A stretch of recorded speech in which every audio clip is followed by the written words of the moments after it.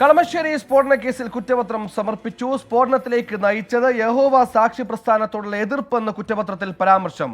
തമ്മനം സ്വദേശി ഡൊമിനിക് മാർട്ടിന് മറ്റാരുടെയും സഹായം ലഭിച്ചില്ലെന്നും കുറ്റപത്രത്തിലുണ്ട്. വിഷ്ണു സുരേഷ് കൊച്ചിയിൽ ചേരുന്നു. വിഷ്ണു, ഡൊമിനിക് മാത്രം പ്രതി, ആസൂത്രണത്തിലോ നടത്തിപ്പിലോ മറ്റാർക്കും പങ്കില്ല, മറ്റെന്തൊക്കെയാണ് കുറ്റപത്രത്തിലെ ഉള്ളടക്കം?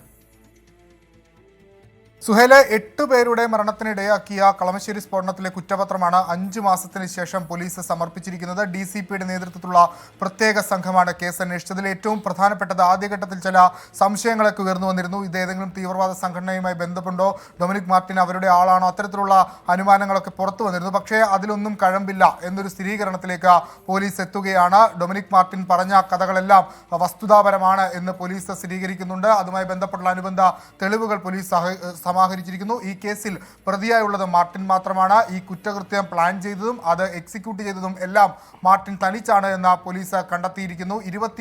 ഒക്ടോബർ 21 കളമശ്ശേരിയിലെ സമറ കൺവെൻഷൻ സെന്ററിൽ ഇത്തരത്തിൽ സ്ഫോടനം ഉണ്ടാകുന്നത്. അന്നേ ദിവസം 4 പേർ മരിച്ചു. പിന്നീട് പല മാസങ്ങളിലായി 4 പേർ കൂടി മരിച്ചു. ആകെ മൊത്തം 8 മരണം.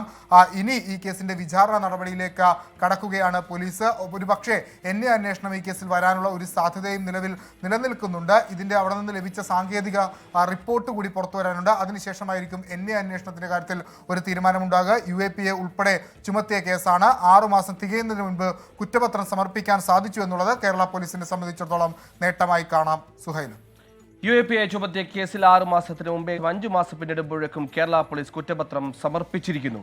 ഒരാശയത്തിന്റെ പേരിലുള്ള വിരോധം, ആ വിരോധത്തിൽ 8 ജീവനുകളാണ് നഷ്ടപ്പെട്ടത്.